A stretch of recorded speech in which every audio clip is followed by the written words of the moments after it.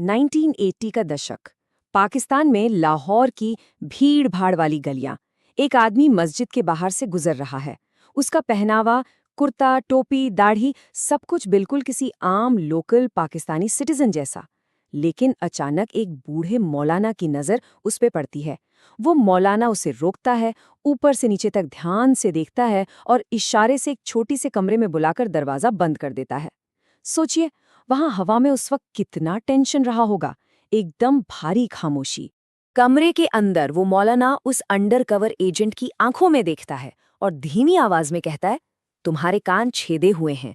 अब ये कोई आम बात नहीं थी। उस इलाके में मुस्लिम मर्द अपनी कान नहीं छिदवाते हैं। उस एजेंट के लिए ये लिटरली एक लाइफ और डेथ वाला मोमेंट था। अगर वो मौलाना पाकिस्तानी इंटेलिजेंस यानी आईएसआई का आदमी निकलता तो कहानी वहीं खत्म थी, उसी बंद कमरे में। लेकिन उस मास्टर स्पाई ने अपने चेहरे पर घबराहट की एक शिकन तक नहीं आने दी। एकदम शांत। एजेंट ने बिना पैनिक किए बड़ी शांति से जवाब दिया कि बचपन में वो हिंदू था और बाद में उसने धर्म बदल लिया। लेकिन तभी एक ऐसा ट्विस्ट आता है जिसकी शायद किसी ने उम्मीद नहीं की होगी। वो मौलाना उस पर शक करने के बजाय धीरे से कमरे की एक अलमीरा खोलता है। अंदर माँ दुर्गा और भगवान शिव की मूर्तियां रखी हुई थीं। मौलाना उस एजेंट की तरफ पलटकर कहता है, मैं भी हिंदू हूँ। उसने बताया कि कैसे दशकों पहले उसे अपनी जान बचाने के लिए पहचान छुपानी पड़ी थी। उस मौलाना ने उस स्पाई को प्लास्टिक सर्जरी करवाने की सलाह दी और उस दिन उसकी जान बचा ली। ये किसी थ्रिलर मूवी का सीन नहीं लग रहा, पर यह बिल्कुल सच है। और यहीं से शुरू होती है इस डीप डाइव की कहानी, जहां हम भारत के legendary master spy Ajit Doval की इस डेंजर और दिलेरी से भरी असली दुनिया को समझेंगे। चलिए अब डिटेल में इसमें डाइव करते हैं और देखते हैं कि आखिर इस मास्टर स्पाई की शुरुआत हुई कहां से थी। देखिए, कोई भी लेजेंडरी ऑपरेटिव रातों रात नहीं बनता, इसके पीछे एक तगड़ा डिसिप्लिन होता है। 1945 में उत्तराखंड के एक छोटे से गांव में जन्मे अजीत डोभाल का बैकग्राउंड एक आर्मी फैमिली का था। पढ़ाई में हमेशा टॉप करने वाले डोभाल ने 1968 में अपने पहले ही अटेम्प्ट में यूपीएससी क्लियर कर लिया और बन गए एक यंग आईपीएस ऑफिसर। पर उनका असली टेस्ट आया 1971 में। केरला के थलसरी में भयंकर दंगे भड़क चुके थे और आम प्रशासन पूरी तरह बेबस था।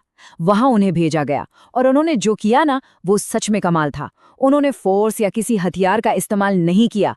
वो सीधे दोनों धड़ों के बीच गए, लोगों की बातें सुनी, निगोशिएट किया और बिना एक भी गोली चलाए उस पूरे दंगे को बिल्कुल शांत कर दिया। बस यही वो मोमेंट था जब दिल्ली में बैठी इंटेलिजेंस ब्यूरो की नज़र इस नए और अलग दिमाग वाले ऑफिसर पर पड़ गई। शुरुआत से ही उनका काम करने का स्टाइल आम ऑफिसर से बिल्कुल अलग था। ब्रूट फोर्स से ज्यादा वो माइंड गेम्स और निगोसिएशंस पर भरोसा करते थे। जैसे मिजोरम को ही ले लीजिए। जब वहां विद्रोह अपनी पीक पर था, वो सीधे जंगलों में घुस गए, अंडरग्राउंड रेबल्स के बीच, और उनके लीडर को समझा बुझाकर सीधा नेगोशिएशन टेबल पर ले आए। ऐसा ही कुछ 1975 में सिक्किम में भी हुआ। भारत में सिक्किम के विलय से ठीक पहले उन्होंने ग्राउंड लेवल पर ऐसी जबरदस्त इंटेलिजेंस सेट की कि जब इंडियन आर्मी वहां पहुंची तो रास्ता लगभग क्लियर था। इन शुरुआती सक्सेस में दिमाग लगाने की वजह से उन्हें सिर्फ 7 साल की सर्विस में ही प्रेसिडेंट्स पुलिस मेडल मिल गया, जो आमतौर पर 14 साल से पहले किसी को नहीं मिलता। तो ये तो थी इनकी अर्ली लाइफ। लेकिन अब आते हैं शैडोज और राज की उस दुनिया में, जहां से उनका सबसे डेंजरस मिशन शुरू होता है, पाकिस्तान का वो न्यूक्लियर सीक्रेट। अब इस स्लाइड में जो डिटेल्स है ना, वो सच में ध्यान देने वाली बात है। 1970 के दशक का अंत आते आते गेम पूरी तरह बदल चुका था। 1974 में भारत ने पोखरण टेस्ट किया था। उसके बाद पाकिस्तान चुपचाप अपना बॉम्ब बनाने की कोशिश कर रहा था और हमें इस बात के पक्के सबूत चाहिए थे। इस टेंशन के बीच डोभाल को पाकिस्तान भेजा गया। उनका शेड्यूल देखिए, उन्होंने पूरे 7 साल वहां बिताए, जिसमें से 1 साल तो वो पूरी तरह से अंडरकवर रहे, लाहौर की सड़कों पर एक आम इंसान बनके, और बाकी 6 साल इस्लामाबाद में एक ऑफिशियल डिप्लोमैट की तरह। उन्होंने वहां सिर्फ भेस नहीं बदला, उन्होंने वहां की भाषा, उर्दू, वहां का कल्चर और धर्म के तौर तरीके इतनी गहराई से अपना लिए थे कि दूर दूर तक किसी को भनक भी ना लगे। पर सबसे बड़ा सवाल था कि सबूत आखिर लाया कैसे जाए। उन्होंने जो तरीका अपनाया वो कम्प्लीटली लो टेक और आउट ऑफ द बॉक्स था। कहूता नाम की जगह पर पाकिस्तान का top secret nuclear research facility था। उसके ठीक बाहर एक नाई की दुकान थी, जहां वो टॉप साइंटिस्ट बाल कटवाने आते थे।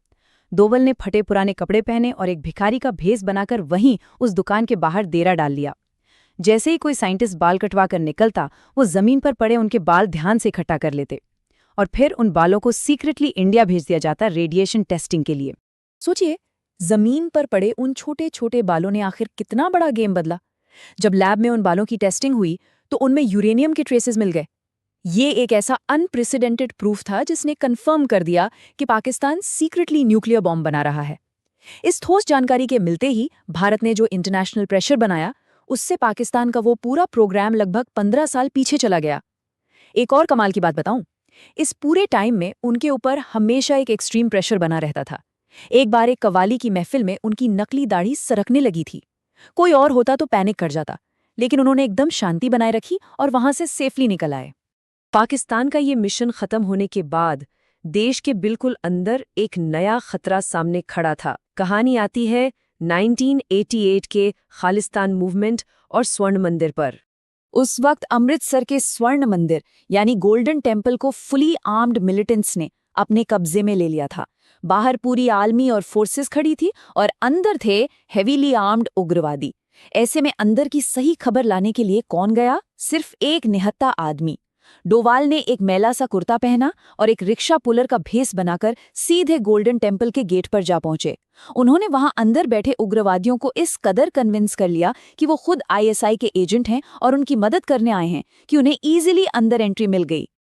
अंदर घुसने के बाद उन्होंने जो किया वो एक पूरे मास्टर क्लास था। उन्होंने उनके वेपन्स, आने जाने के रास्ते और उनके डिफेंस सिस्टम का पूरा ब्लूप्रिंट अपने दिमाग में छाप लिया और ये खुफिया जानकारी बाहर एनएसजी तक पहुंचा दी। इसी सटीक जानकारी की वजह से ऑपरेशन ब्लैक थंडर लॉन्च हुआ और मिनिमल कैजुअलिटीज के साथ मंदिर को आजाद करा लिया गया। इस एक्स्ट्राऑर्डिनरी बहादुरी के लिए 1989 में उन्हें कीर्ति चक्र से नवाजा गया। इंडियन हिस्ट्री में आज तक किसी पुलिस ऑफिसर को यह मिलिट्री सम्मान उससे पहले नहीं मिला था। 1990s के दशक में कश्मीर घाटी भी आतंकवाद से बुरी तरह जल रही थी। यहां भी उन्होंने फोर्स यूज करने के बजाय वही माइंड गेम वाली स्ट्रैटेजी अपनाई। उन्होंने कुका पारे नाम के एक आतंकी से कांटेक्ट किया और उसके साथ एक स्ट्रैटेजिक डील क्रैक की। उस डील में उसे थोड़ा सपोर्ट और वेपन्स ऑफर किए। और जानते हैं रिजल्ट क्या निकला? कुका पारे ने अपने ही पुराने मिलिटेंट कॉन्टैक्ट्स को न्यूट्रलाइज करना शुरू कर दिया। इस एसेट फ्लिपिंग ने वहां ऐसी स्टेबिलिटी क्रिएट की कि सालों बाद 1996 में वहां इलेक्शंस करवाना पॉसिबल हो पाया। लेकिन हर ऑफिसर के करियर में एक ऐसा सीरियस वक्त जरूर आता है जो उसकी फिलॉसफी हमेशा के लिए बदल देता है, और उनके लिए वो था कांदाहार का टर्निंग पॉइंट। 1999 में इंडियन एयरलाइंस की फ्लाइट IC 814 का हाईजैक एक बेहद दर्दनाक दौर था। प्लेन हाईजैक करके तालिबान के इलाके कांदाहार ले जाया गया था। डोवाल उस निगोसिएशन टीम का हिस्सा थे। बिना किसी ग्राउंड सपोर्ट के तालिबान के कंट्रोल वाले इलाके में वो साल के सबसे स्ट्रेसफुल 7 दिन थे। हाईजैकर्स की शुरुआती डिमांड थी $200 मिलियन कैश और 100 प्रिजनर्स को छोड़ने की। लगातार निगोशिएट करके उन्होंने कैश की डिमांड 0 पर ला दी और रिहा होने वाले टेररिस्ट की गिनती सिर्फ 3 कर दी। हालांकि नुकसान काफी कम हुआ था, पर भारत को मसूद अजहर जैसे टेररिस्ट को फिर भी छोड़ना पड़ा। उस हेल्पलेस सिचुएशन में डोवाल का नजरिया पूरी तरह से बदल गया।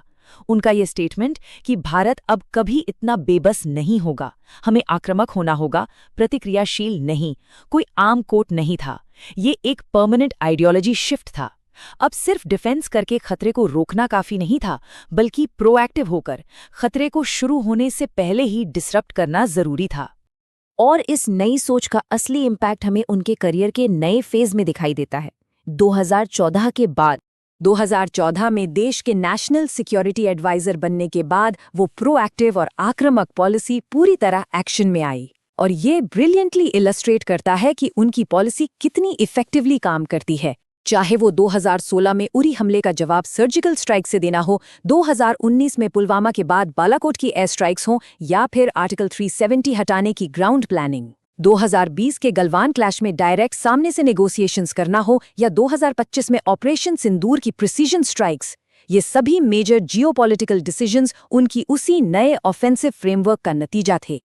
लेकिन इतना लंबा एक्शन लेने के बाद भी एक बात कभी नहीं बदली। ना कोई बड़ी प्रेस कॉन्फ्रेंस, ना कोई लंबा चौड़ा स्टेटमेंट, सिर्फ और सिर्फ रिजल्ट्स। एक कोवर्ट स्पाई की लाइफ सच में कितनी खुफिया होती है ना, ये इसी बात से समझ लीजिए कि उनके अपने बेटे शौर्या को भी उनके अडल्ट होने तक मालूम ही नहीं था कि उनके पिताजी एक्चुअल में कौन थे। उन्हें तो यही लगता था कि उनके पापा एक गवर्नमेंट ऑफिसर हैं जो बस अपना काम करके चुपचाप घर आ जाते हैं।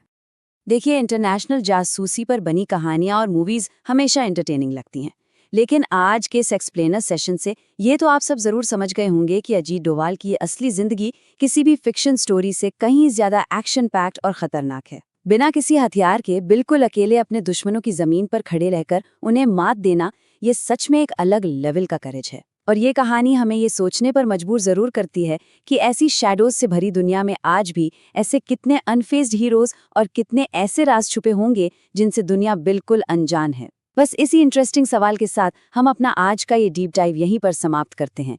इस एक्स्ट्रा ऑर्डिनरी कहानी में हमारे साथ बने रहने के लिए आपका बहुत बहुत शुक्रिया।